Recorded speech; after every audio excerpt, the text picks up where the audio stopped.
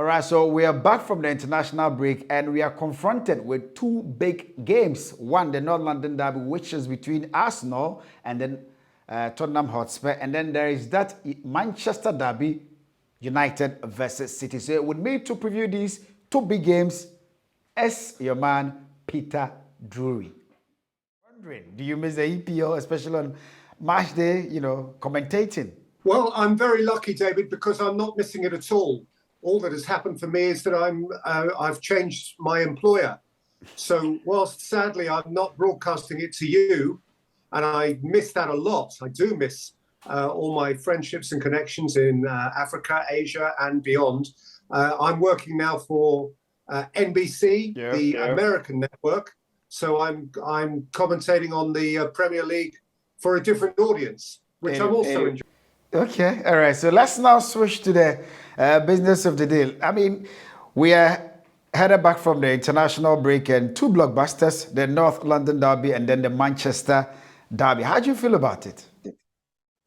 Well, it's a great way to relaunch the Premier League, which obviously heads now into this slightly peculiar one-off situation of 6 weeks, 8 games leading up to the World Cup.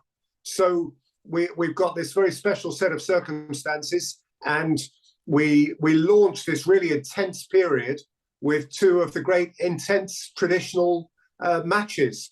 And they're both great. They're both great because all 4 of the clubs involved are doing well. Arsenal and Tottenham are playing on Saturday for the right to be top of the league. Manchester City remain formidable, and after a terrible start, Manchester United are going well also. So we've got 2 really good big games. Okay, so let's talk about the North London derby.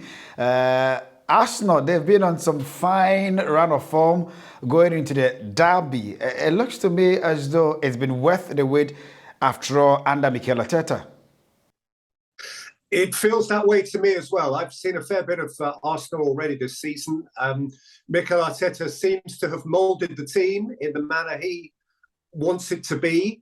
There have obviously been some bumps on the road in getting here. There have been some very hard moments. There have been big players come and go. But essentially what he wanted was a young, hungry, learning team. And that is exactly what he's got. It is a young team, but it's a thrilling team to watch play. And when it all comes together, they're very, very good. And what is going to be interesting, given how young they are, is to see whether they have it within them to maintain this level of form over the course of the whole season, because it's a long and it's a difficult course. And there may be moments when they really have to dig deep. And if they respond positively in those moments, then Arsenal could cling on to this title race for a long, long time. And in many ways, I think even as neutrals, we should hope that they do, because it's a wonderful story of sort of restoration by Mikel Arteta. He's reformed Arsenal in a slightly new, fresh image, and it's exciting to see. Okay, so wins have come against Crystal Palace. They've come up against Leicester, Aston Villa, Fulham, Brentford. I mean, these are wins pundits, or if you like fancy, they are routine wins. But against one of the big shots in Manchester United, they had to lose. So the conversation or the narrative out there is that Arsenal, I mean, they can only fare well against the smaller clubs. And so even the thought of finishing in the top 4 is somehow in the balance. What do you make of that?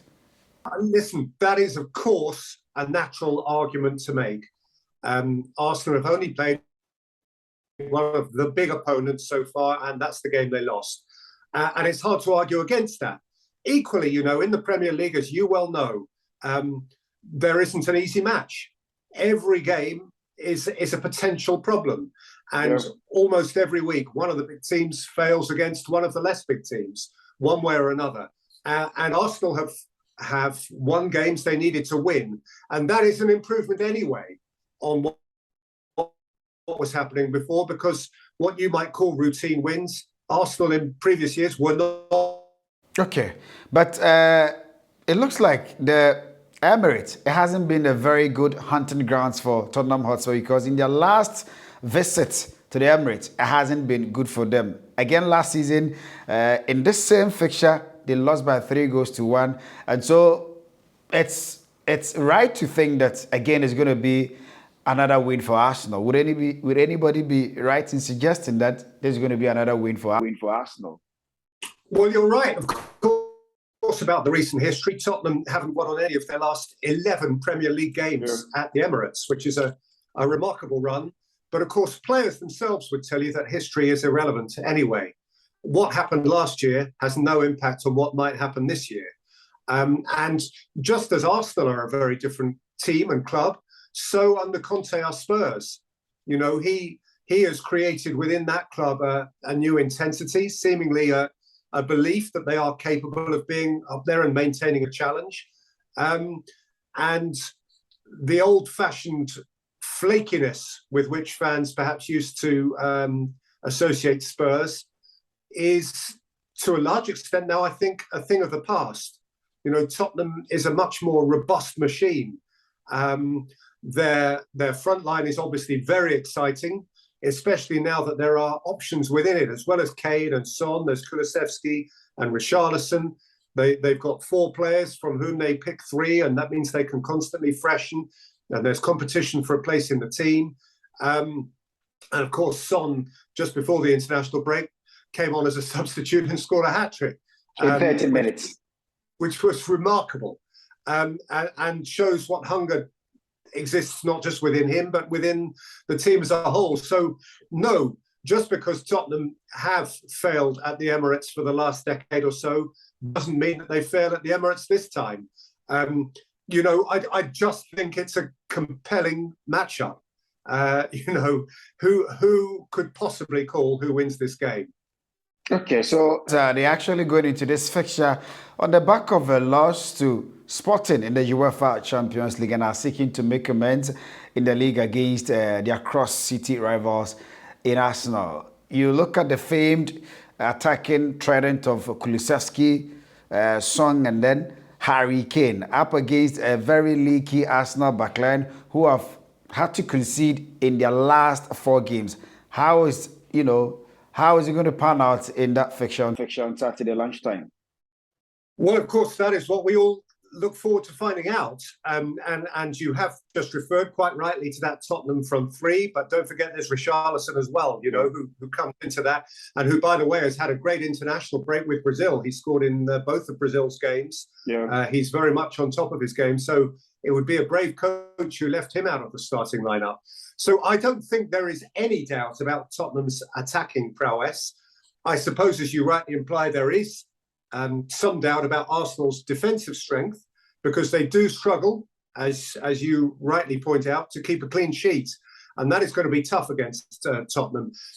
Listen, the game may prove me wrong and make me look a fool, because that's what happens when you predict things in football. But what I can't see here is a goalless game. It feels like a game that has goals in it, because Arsenal are great going forward, Spurs are great going forward, and perhaps you might argue that certainly in Arsenal's case, they are more vulnerable defensively. So it should be a really exciting game.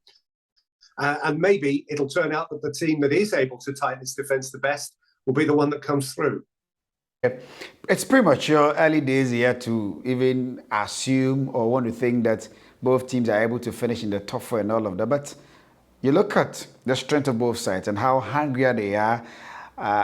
Spurs and the Conte, Arteta with Arsenal, who is more likely to finish in the top 4? Oh, it really is too early to say. And, you know, with Tottenham and Arsenal, you know that it's going to be tight, because it really is always tight.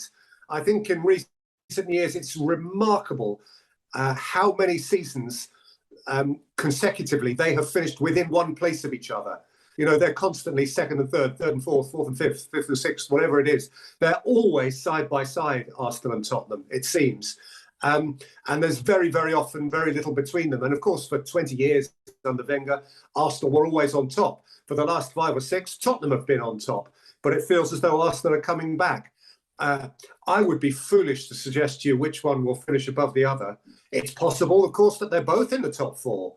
But in order for that to happen, somebody has to miss out. Chelsea, Manchester United, whoever it might be.